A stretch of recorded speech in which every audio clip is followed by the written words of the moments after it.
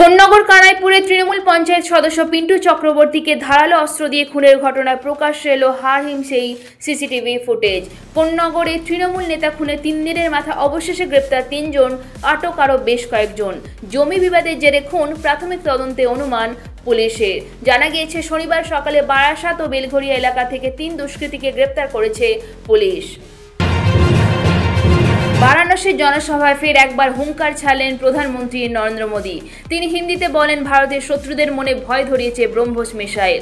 ব্রহ্মোস মিসাইলের শব্দ শুনলে পাকিস্তান ঘুমায় না। লখনৌয়ে ব্রহ্মোস এরোস্পেসের নতুন উদ্বোধনীকৃত ইন্টিগ্রেশন এবং টেস্টিং সুবিধার কথা উল্লেখ করে প্রধানমন্ত্রী মন্তব্য করেন যে তিনি খুশি যে এখন উত্তরপ্রদেশে ক্ষেপণাস্ত্র তৈরি করা হবে। তার কথায় পাকিস্তান আবার যদি কোনো পাপ করে তাহলে উত্তরপ্রদেশে তৈরি ক্ষেপণাস্ত্র জঙ্গিদের ধ্বংস করে দেবে। সূত্রের খবর। ঝাঁটা নিয়ে সিজিও কমপ্লেক্সের গেটের বাইরে বিক্ষোভ দেখালেন অভয়া মঞ্চ জয়েন্ট প্ল্যাটফর্ম অফ ডক্টরসের সদস্যরা। বছর ঘুরতে চললেও মেলেনি বিচার, তাই সিজিও কমপ্লেক্স অভিযানে নামলেন তারা। এরই পাশাপাশি গেটে প্রতীকী তালাও লাগিয়ে দিলেন। বিক্ষোভে সামিল হয়ে সিবিআই বিরুদ্ধে ক্ষোভ উগরে দিলেন চিকিৎসকরা। তিলোত্তমার মা বাবার ক্ষোভের মুখে সিবিআই ও পুলিশ। উত্তর কলকাতায় মানিকতলা মেন রোডের উপর ভেঙে পড়ল দোতলা বাড়ির একাংশ। টানা বৃষ্টির জের শহরে ভেঙে পড়ল ফের পুরনো বাড়ির একাংশ। ঘটনায় 2 শিশু সহ আহত 6 জন। শনিবার সকালে ঘটনাটি ঘটেছে কাঁকুরগাছি এলাকায়। আহতদের মানিকতলা ইএসআই হাসপাতালে নিয়ে যাওয়া হয়েছে। সাংবাদিক সম্মেলন করে বিহারের প্রাক্তন উপমুখ্যমন্ত্রী তেজস্বী যাদব এই দাবি করেন যে স্পেশাল ইন্টেনসিভ রিভিশনের পরে যে খসড়া ভোটার তালিকা প্রকাশ করা হয়েছে তাতে তার নাম নেই। এই ঘটনায় শোরগোল পড়ে গিয়েছে জাতীয় রাজনীতিতে। তবে নির্বাচন কমিশন তেজস্বী যাদবের দাবি উড়িয়ে জানিয়ে দিল খসড়া ভোটার তালিকায় 416 নম্বরে তার নাম আছে। খবর সূত্রে। গত কয়েকদিনে টানা বৃষ্টিতে জলমগ্ন এলাকা, জল ঢুকে গিয়েছে ঘরের ভিতরেও। উত্তর দমদম পুরসভা এলাকার 13 নম্বর ওয়ার্ডে জমা জলে পড়ে মৃত্যু হলো 5 মাসের শিশুকন্যার।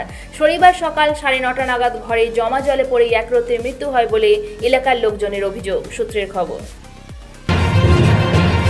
শিয়ালদহে সব ট্রেনের জন্য ফিক্সড প্ল্যাটফর্ম করার কথা ঘোষণা করল রেল কর্তৃপক্ষ। শিয়ালদহ স্টেশনে কোন প্ল্যাটফর্ম থেকে কোন সেকশনে ট্রেন ছাড়বে তা আবার নির্দিষ্ট করে দেওয়া হলো। প্ল্যাটফর্ম 1 থেকে প্ল্যাটফর্ম 5 কৃষ্ণনগর, গেদে, শান্তিপুর, রানাঘাট, নৈহাটি, কল্যাণী, সীমান্ত, ব্যারাকপুরে ট্রেন ছাড়বে এই 5টি স্টেশন থেকে। প্ল্যাটফর্ম 5 থেকে 8 ডানকুনি ও বারুইপাড়া যাওয়ার ট্রেন ছাড়বে এই স্টেশনগুলি থেকে। প্ল্যাটফর্ম 6 থেকে 10 এই 5টি প্ল্যাটফর্ম থেকে বনগাঁ, বারাসাত, হাবড়া, দত্তপুকুর, গোবরডাঙ্গা, ঠাকুরনগর, হাসনাবাদ, দমদম ক্যান্টনমেন্ট ও মধ্যমগ্রাম লোকাল ট্রেন ছাড়বে। প্ল্যাটফর্ম 9, 11 থেকে 14 এই স্টেশনগুলি থেকে মূলত দূরপাল্লার মেল এক্সপ্রেস ট্রেন ছাড়বে। প্ল্যাটফর্ম 15 থেকে 21 এই প্ল্যাটফর্মগুলি শিয়ালদহ দক্ষিণ শাখা ট্রেনগুলি ছাড়বে। বুথে বুথে সাধারণ মানুষের সমস্যার সমাধান করতে নয়া উদ্যোগ মুখ্যমন্ত্রী মমতা বন্দ্যোপাধ্যায়। শুরু হয়েছে আমাদের পাড়া আমাদের সমাধান প্রকল্প। ক্যাম্প বা শিবির তৈরি করে সমস্যা মেটানো হবে। বিদ্যুৎ, জল, রাস্তা সহ যে কোনো সমস্যার কথাই বলা যাবে এই শিবিরে বা ক্যাম্পে। বুথ প্রতি 10 লক্ষ কোটি টাকা বরাদ্দ করা হয়েছে। 3টি বুথ নিয়ে একটি কেন্দ্র তৈরি করে সাধারণ মানুষের কাছ থেকে ছোট ছোট সমস্যা শোনা হবে। কোন কোন সমস্যার সমাধান পাওয়া যাবে এই প্রকল্প থেকে তা কয়েকটি ভাগে ভাগ করা হয়েছে। প্রথম দিনেই রাজ্য জুড়ে 632টি ক্যাম্প অনুষ্ঠিত হয়েছে। 60 দিন ধরে চলবে এই শিবির, 30 দিন ধরে চলবে প্রশাসনিক মূল্যায়ন, তারপরে তা বাস্তবায়ন। 3টি বুথ নিয়ে একটি করে আমাদের পাড়া আমাদের সমাধান ক্যাম্প করা হচ্ছে জেলায়। কলকাতা পুর এলাকায় 2টি বুথ নিয়ে একটি শিবির, 27,000-এরও বেশি ক্যাম্প করা হবে। মুখ্যমন্ত্রী মমতা বন্দ্যোপাধ্যায় জানিয়েছেন রাজ্য জুড়ে 80,000-এর বেশি বুথ আছে।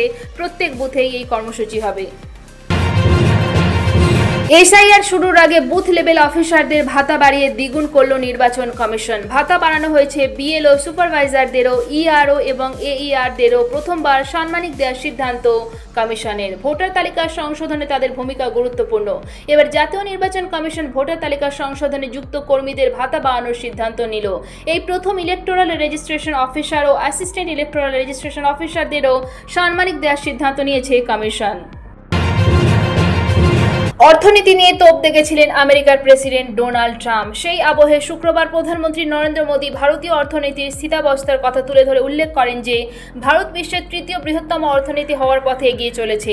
দেশের অর্থনীতির উন্নতির স্বার্থে স্বদেশি জিনিসের গুরুত্বের কথাও তুলে ধরেন তিনি। বিশ্বজুড়ে অর্থনৈতিক অস্থিরতার মধ্যে সরকার দেশের সবথেকে ভালো করার স্বার্থে যা কিছু প্রয়োজনীয় সব করছে বলে মন্তব্য করেন প্রধানমন্ত্রী নরেন্দ্র মোদী।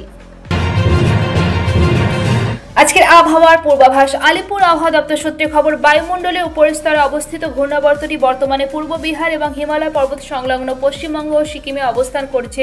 এদিকে উত্তর পূর্ব বঙ্গোপসাগরের দিকে অগ্রসর হয়েছে মৌসুমী অক্ষরেখা, অর্থাৎ দক্ষিণবঙ্গ থেকে সরে উত্তরবঙ্গের উপরে অবস্থান করছে ঘূর্ণাবর্ত এবং মৌসুমী অক্ষরেখা। এর ফলে নতুন সপ্তাহে কিন্তু বৃষ্টির পরিমাণ আরও কমবে দক্ষিণবঙ্গে, এমনটাই জানিয়েছে আলিপুর আবহাওয়া দপ্তর। অন্যদিকে উত্তরবঙ্গে ভারী থেকে অতি ভারী বৃষ্টির পূর্বাভাস দেওয়া হয়েছে আলিপুর আবহাওয়া দপ্তরের তরফে। অন্যদিকে কলকাতা সহ দক্ষিণবঙ্গের অধিকাংশ জেলায় বজ্রবিদ্যুৎ সহ হালকা থেকে মাঝারি বৃষ্টির সম্ভাবনা রয়েছে। সঙ্গে 30 থেকে 40 কিলোমিটার বেগে দমকা হাওয়া বইতে পারে আগামী দুদিন। অন্যদিকে আজ থেকে আগামী শুক্রবার পর্যন্ত উত্তরের অধিকাংশ জেলায় বজ্রবিদ্যুৎ সহ হালকা থেকে মাঝারি বৃষ্টির সম্ভাবনা রয়েছে। উপরের 5 জেলা দার্জিলিং, কালিম্পং, জলপাইগুড়ি, আলিপুরদুয়ার ও কোচবিহারের কিছু এলাকায় ভারী বৃষ্টিপাতের সম্ভাবনা রয়েছে।